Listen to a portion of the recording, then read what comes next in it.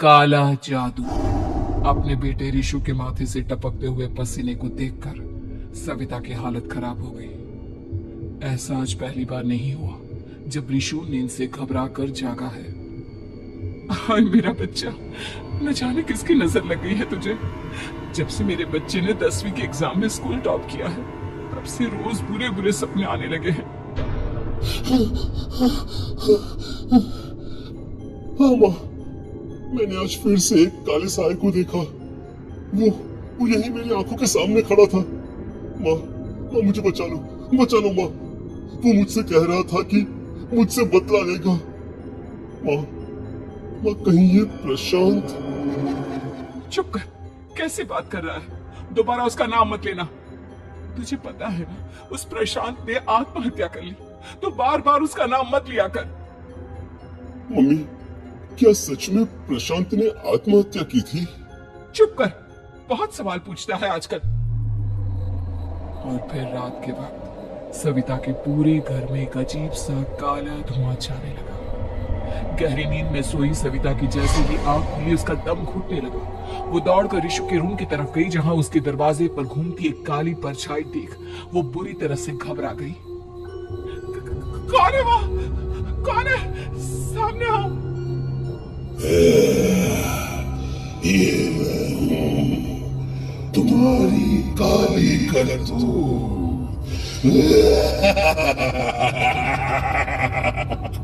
और मैं तुम्हारे बेटे को ले जाने आया हूँ। नहीं, मेरे बच्चे को छोड़ दो प्लीज। मेरे रिशु को कुछ मत करना। वो परछाई रिशु के कमरे में घुस जाती है। सविता भी उसके पीछे पीछे दौड़कर जाती है और देखती है कि अब वो साया साफ नजर आ रहा था। वो सर से पैर तक खून में सना हुआ था और उसके शरीर के सारे अंग कटे फटे हैं। क्या चाहिए तुम्हें? तुम जो बोलोगे मैं करूंगी, लेकिन मेरे रिशु को छोड़ दो। उस परछाई ने रिशु को गर्दन से पकड़कर दीवार के सहारे हवा में उछाल दिया। रिशु जोर जोर से चिल्लाने लगा। माँ, माँ बचाओ मुझे, बचा लो माँ। माँ ये मुझे मार डालेगा। माँ मुझे बचा लो माँ। नहीं, नहीं ऐसा मत करो। मुझे मार दो लेकिन मेरे बच्चे को छोड़ दो। मैं तुम्हारे आगे हाथ जोड़ती हूँ। वो परछाई रिशु को जमीन पर गिरा देती है और अचानक वहां से गायब हो जाती है। रिशु, मेरा बच्चा, तू ठीक तो है ना? कुछ बोल बेटा, क्या हुआ है तुझे? मैं ठीक हूँ माँ। क्या हुआ था यहाँ पर? कुछ नहीं बेटा, कुछ नहीं। तू परेशान मत हो। हम कल ही गांव के बाहर जो तांत्रिक महाराज रहते हैं उनके पास चलेंगे। ठीक है माँ, हम जल्द ही उनके पास चलेंगे। मुझे बहुत डर लग रहा है माँ। ये बार बार मुझे डरावने सपने आना, ये सब हमारे साथ क्यों हो रहा है माँ? अगले दिन सविता अपने बेटे रिशु को लेकर गांव के बाहर तांत्रिक के पास जाती है। जिस जगह पर तांत्रिक रहा करता था वो जगह बहुत डरावनी थी। चारों तरफ कंकाल और भूतियां नजर आ रही थी। गांव से दूर वीराने में उस जगह पर जोर से आंधी चल रही थी। रिशु ने डर कर अपनी माँ का हाथ पकड़ लिया। माँ मुझे बहुत डर लग रहा है। ये कैसी जगह है? देख बेटा, हमारे साथ जो कुछ भी हो रहा है उसका इलाज सिर्फ और सिर्फ ये तांत्रिक महाराज ही बता सकते हैं। अब यही है जो हमें प्रॉब्लम से बाहर निकाल सकते हैं। जैसे ही सविता और रिशु तांत्रिक की झोपड़ी के अंदर पहुंचे, वहां का नजारा देखकर उनकी आंखें फटी की फटी रह गई। तांत्रिक की झोपड़ी के अंदर कई सारे लोग अपनी गर्दन घुमा घुमा कर जोर जोर से चीख रहे थे। कौन हो तुम और यहाँ क्यों आई हो? महाराज, मेरे बेटे को कुछ दिनों से एक डरावनी काली परछाई नजर आती है और कल रात उसने मेरे बेटे पर हमला भी कर दिया।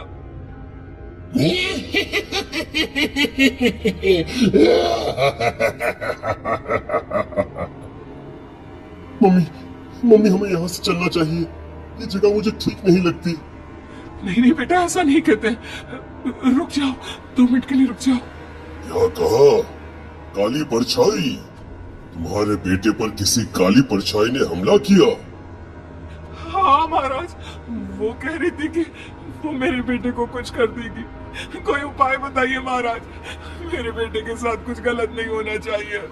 तुमने किसी दूसरे के साथ गलत किया है। तो तुम्हारे साथ भी गलत होकर ही रहेगा। तुमने किसी की जान ली है, किसी को मार डाला है तुमने। नहीं महाराज, मैंने ऐसा कुछ नहीं किया। मैंने किसी की जान नहीं ली। मुझे कोई उपाय बताइए।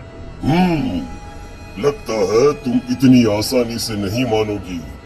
मैं तुम्हें अभी उस काली परछाई से मिलवा देता हूँ और वही सारा सच तुम्हारे सामने लेकर आएगा। हाँ? सविता और ऋषु ने डर के मारे अपनी आंखें बंद कर ली। तभी अचानक तांत्रिक की झोपड़ी में अजीबोगरीब आवाजें गूंजने लगी। सविता और ऋषु पूरी तरह से कांप रहे थे। आंखें खोलो और अपने सामने देखो। क्या यही है वो जिससे तुम कल रात को मिली थी? बताओ मुझे। हाँ, इसने कल रात मेरे बेटे के ऊपर हमला किया था। ये उसी लड़के की भटकती हुई आत्मा है जिसे कुछ दिन पहले तुमने मार डाला था। मम्मी ये महाराज क्या कह रहे हैं? क्या सच में आपने किसी की जान ली है, किसी को मार डाला है? अगर हाँ तो बताइए ना मम्मी, किसको मारा है आपने? किसको? तुम्हारी माँ इतनी आसानी से सच नहीं बताएगी बेटा। इसने एक बच्चे की जान ली है। कहीं उसका नाम प्रशांत तो नहीं महाराज? वो मेरा दोस्त है, मेरा मतलब मेरा पड़ोसी है। सही पहचाना। देखा सविता, तुम्हारा खुद का बेटा भी जानता है कि तुमने किसी के प्राणों की बलि चढ़ा दी और इसीलिए अब उसकी बुरी आत्मा तुम्हारे घर में भटकती है। मुझे माफ कर दीजिए महाराज, मुझसे बहुत बड़ी गलती हो गई। प्रशांत हमारे पड़ोसी का बेटा था। हर बार उसके नंबर मेरे बेटे से ज्यादा आते थे और इसलिए मैंने उसके कमरे के बाहर काला जादू किया था, पर मुझे नहीं पता था कि वो मर जाएगा। तुम्हारे उसी काले जादू वाली गुड़िया के अंदर एक बुरी आत्मा थी जिसने उस बच्चे के दिमाग पर बुरा असर कर दिया और उसी की वजह से उस लड़के ने अपनी बालकनी से कूदकर आत्महत्या कर ली। इसकी वजह सिर्फ और सिर्फ तुम हो, तुम। नहीं महाराज, जो कुछ भी हुआ मुझे नहीं पता था कि प्रशांत अपनी जान दे देगा। प्रशांत की आत्मा इस वक्त तुम्हारे सामने खड़ी है, हमसे बात करना चाहती है। बोलो क्या कहना चाहते हो? मैं जीना चाहता था, बड़ा होकर कुछ बनना चाहता था। आपके बेटे से मुझे कोई परेशानी नहीं थी। अरे वो तो मेरा अच्छा दोस्त था। मुझे माफ कर दो बेटा, मुझसे बहुत बड़ी गलती हो गई, मुझे माफ कर दो। माफ करने से मुझे वापस जिंदगी नहीं मिल जाएगी। मेरे माँ बाप आज भी मेरे लिए रोते हैं। आपने मेरे साथ बहुत गलत किया है, बहुत गलत। और तभी अचानक प्रशांत की आत्मा वहां से गायब हो जाती है। सविता जोर जोर से रोने लगती है। सुन लिया तुमने? ये तुम्हारे अपने ही किए हुए पाप हैं जो इस तरह से तुम्हारे सामने आ रहे हैं। माँ, ये आपने अच्छा नहीं किया। सिर्फ 10th बोर्ड के एग्जाम में मैं टॉप कर पाऊं, इसीलिए आपने मेरे दोस्त के ऊपर काला जादू कर दिया। नहीं मम्मी नहीं, अब हम कभी खुश नहीं रह पाएंगे, कभी नहीं। मेरे दोस्त की आत्मा को कभी शांति नहीं मिलेगी मम्मी, कभी नहीं। लेकिन मैंने जो कुछ भी किया सिर्फ तुम्हारे लिए किया। वो लड़का हमेशा फर्स्ट पोजीशन पर आ जाता था और इस वजह से हमेशा तुम्हारे मार्क्स कम पड़ते थे। मैंने तो सिर्फ उस पर एक छोटा सा काला जादू किया था बेटा। मुझे क्या पता था कि उसका ये नतीजा निकलेगा। जिस गुड़िया को तुमने उस लड़के के कमरे के दरवाजे पर लगाया था, दरअसल उसके अंदर एक बुरी आत्मा का प्रवेश हो गया था, जैसा कि अक्सर काला जादू करते समय हो जाता है। मुझे अपनी गलती का एहसास हो गया है। मैं प्रायश्चित करना चाहती हूँ, आप बताइए मैं क्या करूँ? प्रशांत के घर जाकर उस काली गुड़िया को वहां से निकालकर यहाँ लेकर आओ। मैं उसे आग में जलाकर राख कर दूंगा और उसके बाद प्रशांत की आत्मा को हमेशा के लिए मुक्ति मिल जाएगी। अगली रात सविता चुपचाप अपने पड़ोसी प्रशांत के घर जाती है। प्रशांत के माँ बाप प्रशांत की मौत के बाद उस घर को छोड़कर हमेशा के लिए वहां से चले गए थे। जैसे ही सविता उस घर के अंदर कदम रखती है, उसका सामना अजीबोगरीब हैवानियत से भरी आवाजों से होने लगता है। ऐसा लग रहा था जैसे कोई बुरी तरह से चीख रहा हो। सविता जैसे ही प्रशांत के कमरे के बाहर पहुंचती है, वहां पर लटकी हुई गुड़िया के शरीर से खून टपकने लगता है।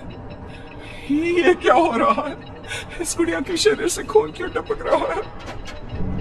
सविता हिम्मत करते हुए उस गुड़िया को वहां से उतारने की कोशिश करती है, लेकिन तभी अचानक से बहुत भयानक दिखने वाली औरत उसकी आंखों के सामने आकर खड़ी हो जाती है। मैं यहाँ से कहीं नहीं जाऊंगी, और अगर तूने मुझे यहाँ से हटाने की कोशिश की तो मार डालूंगी मैं तुझे। नहीं नहीं, मुझे तुम्हें यहाँ से ले जाना ही होगा, नहीं तो मेरा बेटा, उसकी जान को खतरा है। मैं तुम्हें नहीं छोड़ सकती।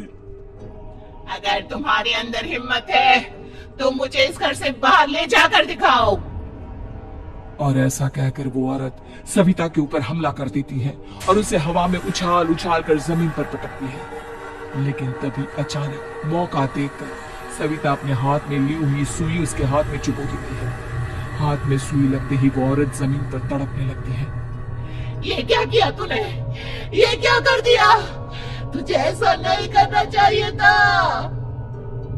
तांत्रिक ने मुझे कहा था कि तुझसे जीतने का सिर्फ यही एक तरीका है जिससे मैं अपने पापों का प्रायश्चित कर सकती हूँ और अपने बेटे की जान बचा सकती हूँ।